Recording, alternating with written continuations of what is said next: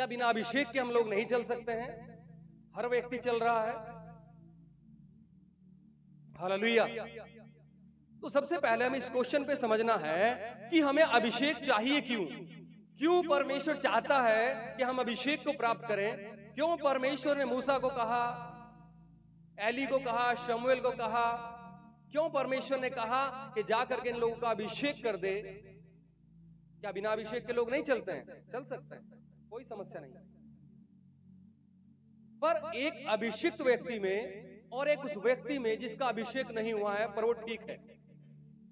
सिर्फ फिलहाल मैं मसीहों की बात कर रहा हूं, अदर लोगों की बाद में बात करेंगे। यदि आप मसीह में हैं, आप सही जीवन बिता रहे हैं, आप परमेश्वर में हैं, आप ईमानदारी का जीवन बिता रहे हैं, दुआ प्रार्थना भी करते हैं, लेकिन आप अभिषिक्त नहीं हैं। अभिषिक्त होने से मतलब यह होता है, जो व्यक्ति अभिषिक्त नहीं होता है, वो व्यक्ति जिस काम को करता है वो अपनी प्रतिभा से, अपने टैलेंट से, अपनी नॉलेज से उस काम को एक हद तक बढ़ा सकता है। एक हद तक, जहां तक आपकी नॉलेज है, आपकी प्रतिभा है, आप उस काम को बढ़ा दोगे। लेकिन एक टाइम ऐसा आएगा कि आप रुक जाओगे, क्योंकि प्रतिभा, नॉलेज एक समय तक काम करती है, एक ऊंचाई तक काम करती है, उसके बाद प्रतिभा खत्म हो जाती है। हालेलुया। प्रतिभा क्या करती है?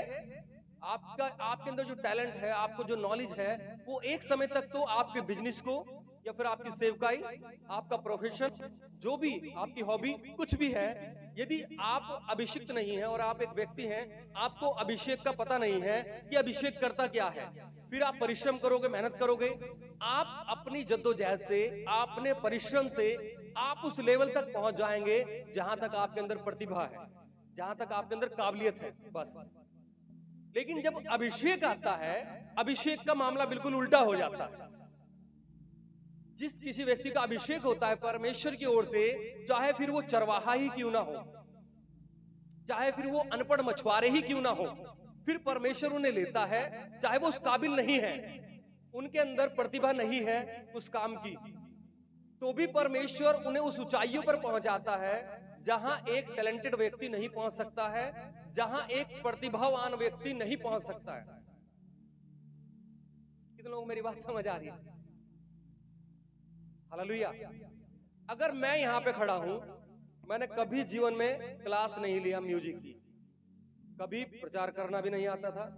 मेरी सिस्टर बैठे हैं, कुछ लोग हैं, मैं बहुत स्कूल में भी ऐसा नहीं था कभी गा रहा हूं, बहुत टैलेंटेड हूं, ऐसा भी नहीं था, कुछ भी नहीं था ऐसा। लेकिन जब परमेश्वर चुनता है, वो मूर्खों को भी चुन लेता है, वो दरिद्रों को भी चुन लेता है, वो ऐसे लोगों को चुन लेता है कि जब परमेश्वर के नाम में वो खड़े हों तो सारी महिमा परमेश्वर को मिले। अगर आज मैं यहां पे खड़ा हूं तो मैं सारी महिमा कोशिश करता हूं परमेश्वर को दी जाए। मैं यहां से बिना हिचकिचाए बोलता हूं कि जो मेरे पिता हैं, वो रिक्शा चलाते थे, मेरी मम्मी काम करती थी लोगों के घरों में, कोई हिचकिचाहट नहीं, क्योंकि परमेश्वर ने घूरे से उठाया है, उसने उठा के यहां खड़ा किया है। कोई प्रतिभा नहीं, ऐसा नहीं कि मैं अपनी क्लास में बिल्कुल अव्वल आ रहा हूं, ऐसा बिल्कुल नहीं, बिल्कुल नहीं था ऐसा कि मैं अपनी क्लास में अव्वल आ रहा हूं, सब बच्चों में सबसे अच्छा मैं ही हूं। मेरी सिस्टर बैठी हैं, वो कई बार मुझे पढ़ाते थे, तो मेरा ऐसा बिल्कुल नहीं था। ऐसा नहीं मैं सबसे अच्छा लड़का अपनी गली मोहल्ले में, ऐसा भी कुछ नहीं। ऐसा नहीं मेरा बैकग्राउंड बहुत अच्छा था, कुछ भी नहीं था ऐसा। लेकिन जब परमेश्वर चुनता है, ऐसे व्यक्ति को चुनता है जिसके अंदर टैलेंट नहीं है, जिसके अंदर प्रतिभा नहीं है, ऐसे व्यक्ति को चुनता है, उस पर अपना अभिषेक करता है, उसे खड़ा करता है, और तब वो साबित करता है कि ये अभिषेक है। ये क्या है? अभिषेक है।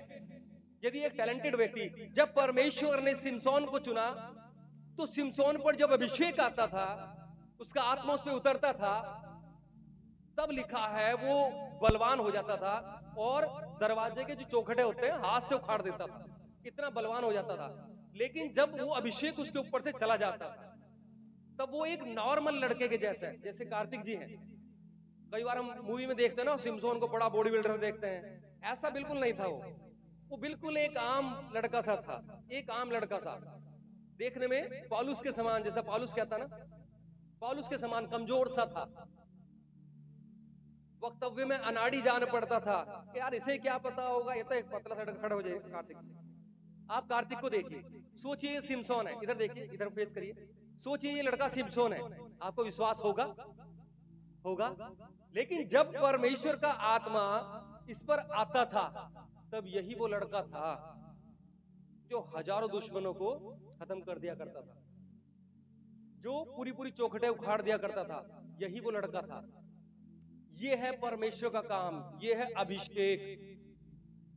अब आपको बैठ जाइए, अब आपको मूवी में दिखाई बॉडी बिल्डर रहे हैं, पूरा बॉडी बिल्डर दिखा रखे हैं, उससे तो आम आदमी वैसे ही डर जाएगा, इतना लंबा चौड़ा बढ़िया, उसे देख करके तो लोग कहते भाई तो वैसे ही पहलवान है। ऐसे व्यक्ति नहीं था, तो मूवी दिखाई जाती है, लेकिन वो एक साधारण व्यक्ति था। और जब अभिषेक आता है तब परमेश्वर दिखाता है कि ये मेरा अभिषेक है, ये मेरा चुना हुआ है। आमीन। तो आप बिना अभिषेक के भी चल सकते हैं। अभिषेक वो लोग प्राप्त करते हैं जिन्हें परमेश्वर से अभिषेक पाने की इच्छा होती है, जिन्हें ये समझ आ जाता है कि मैं अपनी प्रतिभा से, जो मेरे अंदर काबिलियत है, जो मेरे अंदर टैलेंट है, मैं उससे एक सीमा तक पहुंच सकता हूं। अगर मुझे इससे आगे बढ़ना है तो मुझे परमेश्वर का अभिषेक चाहिए। कितने लोगों को मेरी बात समझ आ रही है? उदाहरण के लिए चलिए हम यहां बैठे हैं, हम यहाँ 200-300 जितने भी लोग लगा लो, सब लगा लो, बाहर 200-300-400 लोग बैठ जाए। अब अगर हमें हजारों में और लाखों में पहुंचना है, ये मेरी बुद्धि से या आपकी बुद्धि से या आपकी बुद्धि से ऐसा नहीं होने जा रहा। हम लोगों की केयर करके, सोचिए, हम लोगों की केयर करके, सारी टीम के विषय में बात कर रहा हूं, हम सभी टीम के लोगों की केयर करेंगे, उनके मरने जीने में खड़े रहेंगे, उनके दुख सुख में खड़े रहेंगे। कितने लोग हैं हम टीम के, कितने लोगों को कवर कर लेंगे? मुश्किल से 1000 लोगों को, मुश्किल है ये, अगर सारे भी कर लें। लेकिन यदि आपको लाखों में पहुंचना है, फिर आपकी बुद्धि काम नहीं आएगी, फिर आपकी ताकत, आपकी समझ काम नहीं आएगी। कैसे आपको लोगों को कलेशा में बना के रखना है, कैसे लोगों को आपको कलेशा में लाना है, फिर ये आपका काम नहीं है। जब अभिषेक आता है वो ये सारे काम करता है। फिर तो आप तो बैठते हैं, क्योंकि आपको अभिषेक की कदर हो गई, आपको अभिषेक समझ आ गया, अब आप बैठते हैं। अब आप बैठते हैं, प्रार्थना करते हैं। हम रात भी यहां बैठे थे, क्यों? क्योंकि हमें मालूम है परमेश्वर की उपस्थिति में बैठना। अगर हम अभिषेक की बात करते हैं, अभिषेक, अब आपका अभिषेक हो गया, अब यहां से हमने अभिषेक किया, हमने वहां भी अभिषेक किया, अब हमने दोनों जगह अभिषेक किया। अब अभिषेक होने के बाद आपको करना क्या है? पहले ये बताइए, ये बात क्लियर हो गई, अभिषेक क्यों चाहिए? अगर आपको नहीं भी चाहिए तो भी कोई समस्या नहीं, ऐसा नहीं कि आप स्वर्ग नहीं जाएंगे। अगर आपको अभिषेक नहीं चाहिए तो भी कोई समस्या नहीं है। अगर आप एक ईमानदार व्यक्ति हैं, प्रभु में ईमानदार हैं, आप स्वर्ग जाएंगे। हालेलुया। लिखा यशायाह में कि अभिषेक के कारण तेरा सब जुआ तोड़ दिया जाएगा। और अभिषेक ने करके दिखाया। एलीशा के समय पे कर्जा चुकता किया, ठीक है, रोगियों को चंगा किया, दुश्मनों से बचाया गया अभिषेक के कारण से, गुप्तचरों को पकड़ लिया गया अभिषेक के कारण से। तो अभिषेक हर क्षेत्र में काम करता है, हर क्षेत्र में। जो परमेश्वर का मसा होता है, उसकी अनॉइंटिंग होती है। पर पहले आपको यह समझना बहुत आवश्यक है कि अभिषेक हमें चाहिए नहीं चाहिए। अगर मुझसे कोई कहे कि भाई आपको अभिषेक चाहिए, मैं कहूंगा हाँ, क्योंकि मैं जानता हूं मैं अपनी प्रतिभा से, अपनी कुशलता से, अपने टैलेंट से कितने लोगों को लेके आ जाऊंगा। हो सकता है कुछ लोग 10-20-100 मुझसे प्रभावित हो जाएं, यार क्या बंदा है भाई, बहुत बढ़िया गा रहा है, बहुत बढ़िया बजा रहा है, बहुत अच्छा प्रचार करता है। समझ पा रहे हैं? हो सकता है कुछ लोग प्रभावित हो जाएं और वो आपके साथ लग जाएं, ऐसा हो सकता है। लेकिन इससे ऊपर आप नहीं बढ़ पाएंगे, क्योंकि इससे ऊपर ले जाने का आपके अंदर जितनी काबिलियत होगी परमेश्वर उतना आपको दे देगा, इससे ज्यादा काबिलियत नहीं है। लेकिन जब अभिषेक आता है, परमेश्वर दाऊद जैसे को चुन लेता है, जो कि मात्र एक चरवाहा, रिजेक्टेड पर्सन, जिसे कोई बहुत पूछता भी नहीं है। घर में इतना बड़ा फंक्शन है, दाऊद को पूछा भी नहीं गया। ऐसे लोग जो पतरस जैसे थे, जो अनपढ़ थे, ऐसे लोगों को परमेश्वर ने चुना। पतरस, याकूब, यूहन्ना जैसे लोगों को, ऐसे लोग जो चुंगी लेने वाले थे उस समय उन्हें घृणित नजरों से देखा जाता था। चुंगी लेने टैक्स कलेक्टर उस समय चूंकि वो रिश्वत लिया करते थे, बहुत घृणित नजरों से देखा जाता था। ऐसे लोगों को परमेश्वर ने चुन लिया अपने लिए और उन्हें अभिषेक किया पवित्र आत्मा ने। तब लिखा है वो दुनिया की छोर तक उसके प्रचार उन्होंने किया। तब लोग कह रहे क्या ये पतरस नहीं है, क्या ये यूहन्ना नहीं है, क्या ये अनपढ़ और साधारण लोग नहीं है? क्यों ये इतनी अद्भुत बातें बोल रहे हैं? क्यों? क्योंकि उन्हें अभिषेक किया गया था। चाहे तो आप अभिषेक की कदर करें। आज बहुत सारे पास्टर्स भी अभिषेक की कदर नहीं करते, मैं ऑन द रिकॉर्ड बोल रहा हूं, नहीं करते हैं, इसलिए कलीसिया भी नहीं बढ़ती है। जबकि उनके प्रचार आप सुनेंगे, बहुत अच्छे प्रचार करते हैं, बहुत खूबसूरत प्रचार, टैलेंटेड है, सब कुछ है, लेकिन अभिषेक की कदर नहीं करते। जो व्यक्ति अभिषेक की कदर करता है, अभिषेक उसी पर ठहरता है। आमीन। तो अब फैसला आपको करना है, चाहे तो आप अभिषेक में चले और चाहे ना भी चले तो भी परमेश्वर को इससे फर्क नहीं पड़ता है। आप अपनी कुशलता, अपनी प्रतिभा, अपने टैलेंट से जो करना चाहते हैं करिए, तो भी परमेश्वर आपके साथ है। पर वो एक लिमिट होगी, उसकी एक लिमिट हो जाएगी। आप अपने लिमिट तय कर लेंगे, लेकिन जब आप अभिषेक में चलेंगे उसकी कोई लिमिट नहीं होती। अगर परमेश्वर ने दाऊद को चुना, उसे अभिषेक किया, तो वो एक अच्छा सिपाही योद्धा बन गया बड़ा होते होते। उसके बाद वो सेनापति बन गया, उसके बाद वो यहूदा का राजा बन गया, उसके बाद वो पूरे इजराइल का राजा बन गया। कोई लिमिट नहीं है, इससे ज्यादा और क्या करता हूं। संपूर्ण इजराइल का राजा बन गया। सोचिए, इतना परमेश्वर ने उसे दे दिया। हालेलुया। तो अब ये आपको समझने की बात है, पहले समझना उसके बाद करना। तो एक पार्ट ये है जो आपको समझना है कि भाई मुझे अभिषेक चाहिए या नहीं चाहिए। अभिषेक हो गया, आप लोगों का अभिषेक हुआ, जो लास्ट टाइम आए थे पिछले सप्ताह, उन सब का अभिषेक हुआ, इधर भी और इधर भी। अब आपको इस अभिषेक को बढ़ाना है। ये क्लियर हो गया कि हमें अभिषेक क्यों चाहिए। आमीन। क्लियर हुआ या नहीं हुआ, या अभी भी कंफ्यूजन है? चाहे तो आपको चाहिए हो चाहे ना चाहिए हो, इससे कोई फर्क नहीं पड़ता। अब मैंने बता दिया है कि अभिषेक ये करता है, बिना अभिषेक के आप अपनी प्रतिभा से जितना आपके अंदर टैलेंट होगा, काबिलियत होगी, उतना आप पहुंच पाएंगे, बस। आमीन। जो आप इतनी बड़ी बड़ी मिनिस्ट्री देखते हैं ना, लाखों लोगों की, ये बिना अभिषेक के नहीं चलती। पवित्र आत्मा ही गाइड करता है, कोई व्यक्ति इतना बड़ा काम नहीं कर सकता है। इस बात को आपको समझना होगा कि ये परमेश्वर का अभिषेक है। आमीन, आमीन, हालेलुया। अब बात आती है, जब आपका अभिषेक हो गया, अब आपको क्या करना है? अब आपको इस अभिषेक में बने कैसे रहना है, या फिर इस अभिषेक को बनाए कैसे रखना है, ये दूसरा है। अभी हमारा अभिषेक क्लियर हो गया। दूसरा है, अब इस अभिषेक में हम कैसे बने रह सकते हैं? क्या सवाल है? इस अभिषेक में हम बने कैसे रह सकते हैं? आमीन। क्योंकि आपका अभिषेक हो गया, आपने समझ लिया, आपने फैसला भी कर लिया कि अब मुझे अभिषेक चाहिए। क्योंकि मैं नहीं चाहता हूं मैं सारी जिंदगी स्ट्रगल करता रहूं, संघर्ष करता रहूं। अब मैं परमेश्वर, मुझे अभिषेक चाहिए। आपने उदाहरण के लिए अपने मन में कहा कि परमेश्वर, मैं अपनी प्रतिभा, अपनी नॉलेज, टैलेंट से इतना नहीं बढ़ सकता, अब मुझे अभिषेक चाहिए। आपको कदर होने लगी अभिषेक की, आपको समझ आ गया। अब शैतान भी आराम से तो नहीं बैठेगा, उसे मालूम हो गया इस व्यक्ति को अभिषेक की कदर हो गई है। अब वो आपके पीछे लगेगा ताकि आप अभिषेक में ना बने रहो। जो अभिषेक आपका हुआ है वो उसे खराब करने की कोशिश करेगा। क्योंकि यदि आप अभिषेक में बने रहे और ये अभिषेक बढ़ता रहा, तो आप उसके सर पे अंगारे रख दोगे, क्योंकि आप वो काम करोगे जिससे परमेश्वर को महिमा मिलेगी। अब उसकी सारी कोशिश ये है कि वो आपके अंदर अभिषेक को खराब कर दे, आपके अभिषेक को खत्म करने की कोशिश करेगा वो। अब जब वो आपके अभिषेक को खत्म करने की कोशिश करेगा, सबसे पहले वो आपके अंदर शक डाल देगा। सबसे पहले क्या करेगा? आपके अंदर शक डालेगा कि तू अभिषिक्त नहीं है, कुछ नहीं हुआ था तेरे ऊपर, तो वैसे ही तो हाथ रखा था, कुछ नहीं, कुछ नहीं, तेरे ऊपर वैसे ही तो हाथ रखा था, कुछ नहीं होता है। क्या हर बार नहीं हाथ रखते हैं क्या?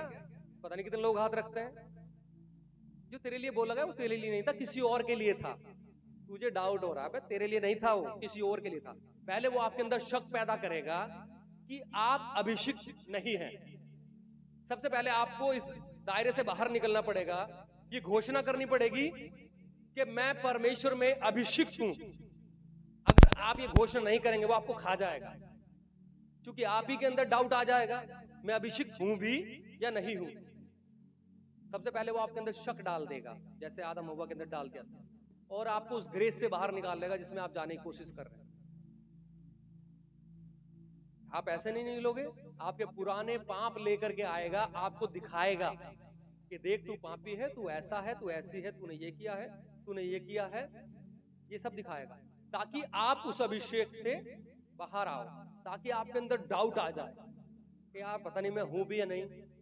और धीरे धीरे करते करते, चाहे आप रोज घोषणा करो या ना करो, परंतु शैतान रोज आपको कहेगा कि तू अभिषिक्त नहीं है, तू वो अपना काम हमेशा करेगा।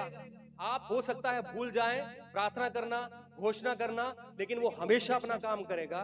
वो आपको हमेशा कहेगा नहीं नहीं तू अभिषिक्त नहीं, जब तक आप उस मुकाम पे नहीं पहुंचते जहां परमेश्वर पहुंचाना चाहता है। हालेलुया। तो सबसे पहले आपको ये विश्वास करना, घोषणा करनी कि परमेश्वर ने मुझे चुना है और मैं अभिषिक्त हूं। आमीन। अब हम अभिषेक में बढ़ कैसे सकते हैं ये समझना है। अब हमारा अभिषेक हो गया, अब हम अभिषेक में बढ़ कैसे सकते हैं। सबसे पहले हमारे अंदर परमेश्वर को जानने की इच्छा और ज्यादा तीव्र हो जानी चाहिए, और ज्यादा बढ़ जानी चाहिए। जब हम अभिषेक हो गया, अभिषेक को समझ लिया, अब हमें परमेश्वर को जानने की इच्छा रखनी है और ज्यादा, कि हम परमेश्वर को जान सके। किसी भी तरह से हमें परमेश्वर को जानने की कोशिश करनी है, समय बिताने की कोशिश करनी है, चाहे मोबाइल के माध्यम से, अगर आप वचन सुन रहे हैं, प्रार्थना सुन रहे हैं, बाइबल के माध्यम से बाइबल पढ़ रहे हैं, प्रार्थना के माध्यम से, आपको कोशिश करनी ज्यादा से ज्यादा कि आप परमेश्वर को जाने। आमीन आमीन। अब आपको ये फर्क नहीं पड़ता कौन आपको पसंद करता है या कौन आपको पसंद नहीं करता। अगर आप एक अभिषिक्त व्यक्ति हैं, आपको ये फर्क नहीं पड़ता है कि भाई कौन तो मुझे पसंद कर रहा है, कौन मुझे पसंद नहीं कर रहा है, क्योंकि अब शैतान आपके साथ में कुछ चीजें ऐसी करेगा, आपको ये लगेगा अच्छा वो मुझे पसंद नहीं करता। अगर आप एक अभिषिक्त हैं, आपको इन बातों से फर्क नहीं पड़ता कौन आपको पसंद कर रहा है, कौन आपको पसंद नहीं कर रहा है। इस बात को बहुत ध्यान से समझना। अगर आप अभिषेक में बढ़ना चाहते हैं, फिर अब आपको पहले के समान जीवन नहीं जीना है। अगर आपका अभिषेक हो गया, आपने अभिषेक के बारे में जान लिया, आपने निर्णय ले लिया कि मैं अभिषेक में चलूंगा, चलूंगी, मेरा अभिषेक हो गया, अब आपको अपने अंदर किसी के भी प्रति कड़वाहट नहीं रखनी है। अब आपको अपने अंदर, प्रांजल जी, क्या नहीं करनी है? कड़वाहट नहीं रखनी है।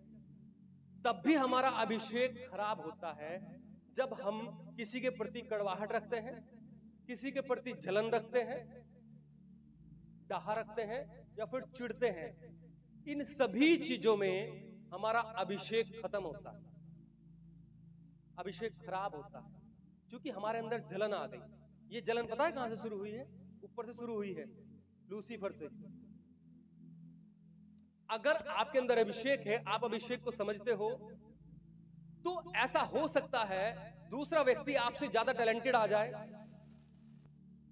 उसकी प्रतिभा आपसे ज्यादा हो, वो नॉलेज आपसे ज्यादा रखता हो, तो भी आपको परमेश्वर की महिमा करनी है, उसकी ग्लोरी करनी है, परमेश्वर को धन्यवाद देना है।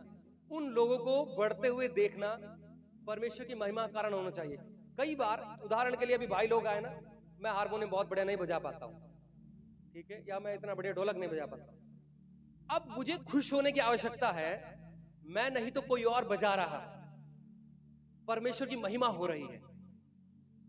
और यदि मुझे ये देख करके मुझे चिढ़ हो रही है, या मुझे किसी और पासवान को देख करके मुझे चिढ़ हो रही है, क्यों उसकी कलेशा इतनी बढ़ रही है, तो भी अभिषेक खराब होगा, तो भी अभिषेक क्या होगा? इसके उलट मुझे परमेश्वर की महिमा करने की आवश्यकता है। ध्यान से सुनना, ये बात सच कह रहा हूं, अगर आप ये समझोगे तो ही अभिषेक बना रहता है। इसके उलट जब आप किसी को बजाते हुए देखें या फिर किसी और कलेशा को, मैं अपनी बात कर रहा हूं, बढ़ते हुए देख रहे हैं, तो आपको परमेश्वर की महिमा करनी है, चिढ़ना नहीं है। ग्लोरी ऑफ गॉड, परमेश्वर को महिमा मिले, परमेश्वर की महिमा। प्रभु तेरा धन्यवाद। समझ पा रहे हैं? प्रभु तेरा धन्यवाद। आप खुश होंगे लोगों को बढ़ता हुआ देख करके, कलीसियाओं को बढ़ता हुआ देख करके आप खुश होंगे। लेकिन शैतान क्या करेगा? आपके अंदर जलन, कड़वाहट, समझ पा रहे हैं, चिड़न, ये सब डाल देगा कि क्यों बढ़ रहा है। आप चाहेंगे तो वो बढ़े, पर वो आपसे ऊपर ना चला जाए। ये भी एक बड़ी खतरनाक चीज।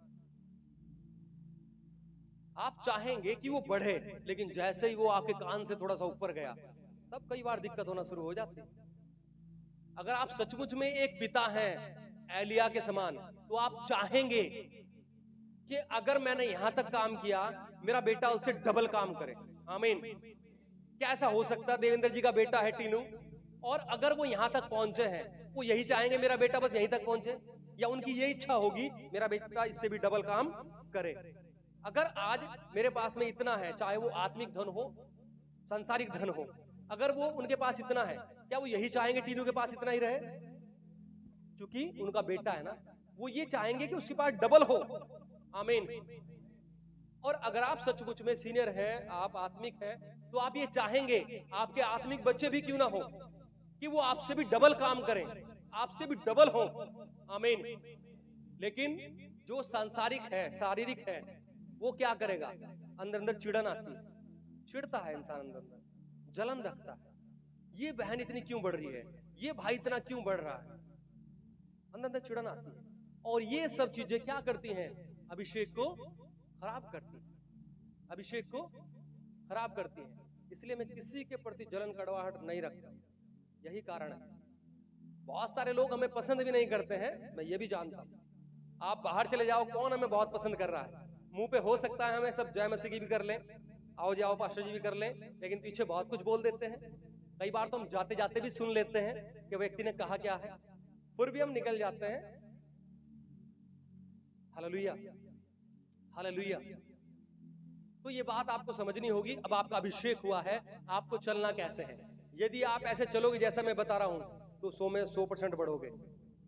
और अगर आप ऐसे नहीं चलते, तो आप जितनी बार चाहे आपके सर पे तेल आ जाए, कोई फायदा नहीं, क्योंकि आपने वो समझा नहीं है। जब परमेश्वर ने मेरा अभिषेक किया, उससे पहले मैंने बहुत सारी बातें सीख ली, समझ ली थी। बपतिस्मा होने के बाद बहुत सारी बातें सीख ली, समझ ली थी। ये नहीं कि परमेश्वर का अभिषेक होने के बाद मैं दौड़ रहा था, मैं उससे पहले ही दौड़ रहा था। बहुत सारी बातें समझ आ गई थी कि भाई ऐसे चलना है। कोई काम करे ना करे, ये तुम्हारी जिम्मेवारी है। अपने चर्च में भी कोई सफाई कर रहा है, नहीं कर रहा है, इससे भी मतलब नहीं है। मैं और मेरा एक फ्रेंड था, दीपक नाम था, हम 2 ही लड़के थे। कई बार तो लोग साफ सफाइयों में भी लड़ते हैं ना, जी मैं आती हूँ, वो आती नहीं हुआ। हम 2 के अलावा कोई आता ही नहीं था। और यहाँ तो कुछ भी नहीं है। हमारी चर्चिस में लकड़ी की बेंचें हुआ करती थी, 8-8 फीट की, 8 से 10 फीट की थी वो, लंबी लंबी। उन्हें सबको बाहर निकालना होता था, बाहर निकाल के उन पे पानी मार के उन्हें साफ करनी होती थी, फिर वापस अंदर लगानी होती थी। ऐसे बेंचेस थी। और मैं, एक मेरा फ्रेंड था दीपक, हम दोनों किया करते थे काम। और कोई दिक्कत नहीं थी, कोई आ रहा है नहीं आ रहा है, कोई आ गया तो ये ग्रेस है, चलो भाई हाथ और बढ़ जाएगा, नहीं तो हमें तो कर ही लेना है। हालेलुया। जब अभिषेक को आप समझते हैं, फिर आपको अपने से मतलब रहता है। दूसरा क्या कर रहा है, दूसरा कैसे कर रहा है, आपको इससे मतलब नहीं रहता है। आप दूसरे के अंदर नहीं झांकते हैं, आप स्वयं पे मेहनत करते हैं। और जो लोग दूसरे के अंदर झांकते हैं हर समय, दूसरा क्या कर रहा है, दूसरा क्या कर रहा है, वो लोग कभी नहीं बढ़ पाते। हमें समझना है कि हम क्या कर रहे हैं, हम कैसे चल रहे हैं। हालेलुया। आपका प्रचार आपके बाप जैसा हो, इस बात को समझ लेना। आपके अंदर आपकी बाप की झलक दिखे। मैंने कितनी बार बोला ना, हम, लेकिन कई बार यहां से तुम शुरू हो जाता है ना। ये खतरनाक चीज है। तुम्हें ऐसा करना है, तुम्हें ऐसा करना है। मैं कहता हूं हमें ऐसा करना है। क्या मेरा दर्शन नहीं है? क्या मुझे नहीं बढ़ना है? क्या मैं बढ़ चुका हूं? क्या मैं सीख चुका हूं? नहीं। कई बार यहां पे लोग आते हैं ना, तुम्हें ऐसा करना है, तुम्हें ऐसा करना है, हमें ऐसा करना है। हम सिद्ध नहीं है, हम सिद्धता की ओर चल रहे हैं। घमंड एक ऐसी बीमारी है कि उसका पता नहीं चलता है। आपको फीवर होगा पता चल जाएगा, आपको जुकाम होगा पता चल जाएगा, आपको कोई भी बीमारी होगी आपको पता चल जाएगा कि मुझे ये बीमारी हुई है। लेकिन घमंड एक ऐसी बीमारी है, इसकी सबसे बड़ी समस्या यह है कि जिस व्यक्ति को होती है उसे पता नहीं चलता है कैसे उसके अंदर ये बीमारी आ गई, क्योंकि उसे पता ही नहीं चलेगा। अगर उसे पता चले तो वो उस बीमारी का इलाज कर सकता है, लेकिन समस्या यह है कि बीमारी का ही पता नहीं है कि ये व्यक्ति बीमार है। अब जब आप बीमार नहीं है तो डॉक्टर के पास क्यों जाएंगे? यदि आपसे कोई कहेगा भी कि भाई तुझे फीवर है, आप कहोगे कहां है मुझे फीवर, मैं तो ठीक ठाक हूं, क्योंकि ये तो शारीरिक है। लेकिन घमंड एक ऐसी बीमारी है आपको पता ही नहीं चलता है। घमंड ऐसी बीमारी है वो धीरे से आपके अंदर एंटर हो जाएगा, आपको पता नहीं चलेगा कि घमंड आपके अंदर आ चुका है, और फिर आपकी उंगली ऐसे ऐसे ऐसे ऐसे रहेगी। जिस समय तक यशायाह का परमेश्वर के साथ एनकाउंटर नहीं हुआ ना, आप पढ़ के देखिए शुरुआती अध्याय क्या कहता है। हाय तुम पर इस्राएलियों, हाय तुम पर, तुमने परमेश्वर की आज्ञा टाल दी, हाय तुम पर, तुम पापी हो। ये करता रहता है। जैसे ही वो परमेश्वर का दर्शन देखता है, जैसे ही देखता है ना, लिखा है हाय मुझ पर, मैं कैसा व्यक्ति हूं, मैं कैसा पापी व्यक्ति हूं, मैंने महाराजा धीराज को स्वयं अपनी आंखों से देख लिया। तब लिखा है एक फरिश्ते ने एक कोयला लिया, उसके मुंह पे छुआया, तो उसने कहा अब से तेरा सारा अधर्म दूर हो गया है। ये होता है अभिषेक, ये होता है एनकाउंटर। जब परमेश्वर के साथ आपका होता है तब आपको अपने अंदर कमियां दिखना शुरू हो जाती है कि हाय मुझ पर। पढ़िए आप यशायाह, आपको पता चल जाएगा, शुरुआती अध्याय में पता चलेगा। आप 5-6 अध्याय तक पढ़िए, आपको समझ आएगा। हाय तुम पर, हाय तुम पर पतित नगरी, हाय तुम पर इजराइली, हाय तुम पापी हो, हाय तुमने परमेश्वर की व्यवस्था त्याग दी है। और जैसे ही परमेश्वर के साथ एनकाउंटर हुआ, कहता हाय मुझ पर, मैं कैसा पापी मनुष्य हूं, मैंने महाराजा धीराज को अपनी आंखों से देखा है। एकदम चेंज, सारा सिनेरियो चेंज हो जाता ना जैसे ही परमेश्वर के साथ आपका एनकाउंटर होता है। तो इसलिए आपको ध्यान रखना है, कहीं ऐसा तो नहीं कि आप हमेशा ऐसे ऐसे कर रहे हैं। मुझे मेहनत करनी है, मुझे अपने आप को चेंज करना है। हालेलुया। क्योंकि जब अभिषेक आता है ना, इस अभिषेक में लोग नाश भी होते हैं, ये भी ध्यान रखना। इस अभिषेक में लोग नाश भी होते हैं। शाऊल को पता ही नहीं लगा वो कब गड़बड़ा गया। लोगों की प्रशंसा सुनना, लोगों की तारीफ सुनना, कब आपको अच्छा लगने लग जाएगा आपको पता भी नहीं चलेगा। शाऊल के साथ यही हुआ था। उसके कान जो थे वो अच्छा सुनने के आदी हो चुके थे कि उसके लिए अच्छा बोला जाए। शाऊल भी अभिषेक था, जो पहला राजा था, अभिषेक था, अभिषेक में चल रहा था, लेकिन कब अभिषेक उठ गया पता ही नहीं चला। अंत में क्या हुआ? खुद का विनाश हुआ, उसके घराने का विनाश हुआ। सोच के देखिए, मौत की भी भीख मांग रहा था, मृत्यु की भी भीख मांग रहा था। शाऊल कह रहा था गिबोनी से कि भाई ऐसा कर, मेरे ये तलवार मेरे पेट में घोंप दे, मुझे मार दे। नहीं, मैं ऐसा नहीं करूंगा। सोचिए, लिखा तलवार खड़ी करी, उसके ऊपर गिर गया। मृत्यु की भी भीख मांग रहा था। एक अभिषिक्त व्यक्ति मौत की भीख मांग रहा है, कोई मुझे मार दे। ये परिस्थिति भी होती है अभिषेक में, ये भी आपको समझना होगा। हालेलुया। ये घमंड काम करता है।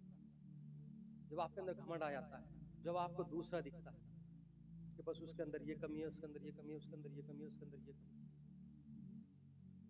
आपको अपने आप को चेक करना है, आपको अपने आप को चेक करना है कि आप अभिषेक में हो भी या नहीं। कई बार हमें ये घमंड हो जाता है कि शायद सब कुछ मुझे पता है, सब कुछ मुझे पता है, मैंने पूरी बाइबल पढ़ी। आज भी गिदोन सेना के बच्चे ऐसे ऐसे सवाल पूछ लेते हैं, मैं शांत होकर बैठ जाता हूँ। मैं कहता हूँ थोड़ी ठहरिए, अभी देता हूँ जवाब, क्योंकि एकदम नहीं पता है क्या जवाब दे। और किसी को गलतफहमी हो तो इन्हें पढ़ा के देखिए, गिदोन सेना के बच्चों को कितने टैलेंटेड हैं, कितने बढ़ रहे हैं, पढ़ा के देखिए, इनके सवाल सुनिए।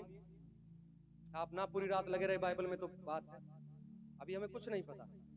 पौलुस कहता है अभी हमारा ज्ञान अधूरा है, हमारी आइज भी अधूरी है देखने की, हमें दर्पण में धुंधला सा दिखता है, लेकिन जब सर्व सिद्ध आएगा तब कंप्लीट होगा। आमीन, आमीन। तो इस बात को समझना कि अभिषेक नाश भी कर देता है। आपको ये बात बहुत ध्यान से समझनी होगी कि अभिषेक नाश कर देता है। हालेलुया।